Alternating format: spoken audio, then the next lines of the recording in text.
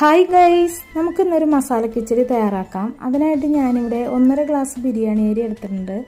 അരി അളന്നെടുത്ത അതേ ഗ്ലാസ്സിന് തന്നെ 1/2 ഗ്ലാസ് തോരപ്പരിപ്പ് എടുത്തിട്ടുണ്ട്. ഇനി ഇത് രണ്ടും കൂടി ഒരുമിച്ചാക്കി 1-2 വട്ടം നന്നായി കഴുകിയ ശേഷം ഒട്ടും വെള്ളമില്ലാതെ നമുക്കിതൊന്ന് ഊറ്റിയെടുക്കണം.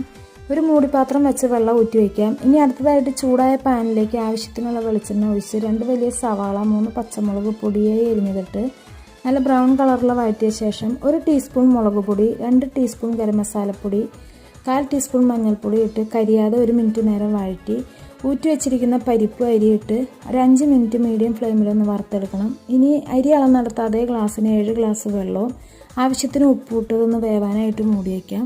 ഇടയ്ക്കിടയ്ക്കൊന്ന് ഇളക്കി കൊടുക്കാൻ മറക്കണ്ട കേട്ടോ, അല്ലെങ്കിൽ അടി പിടിക്കും. ഇപ്പോൾ നമ്മുടെ കിച്ചടി തയ്യാറായി. ഇനി 2 ടേബിൾ സ്പൂൺ നെയ്യും മല്ലിയിലയും കൂടി ഇട്ട് ഇളക്കിയെടുത്താൽ നമ്മുടെ കിച്ചടി തയ്യാർ.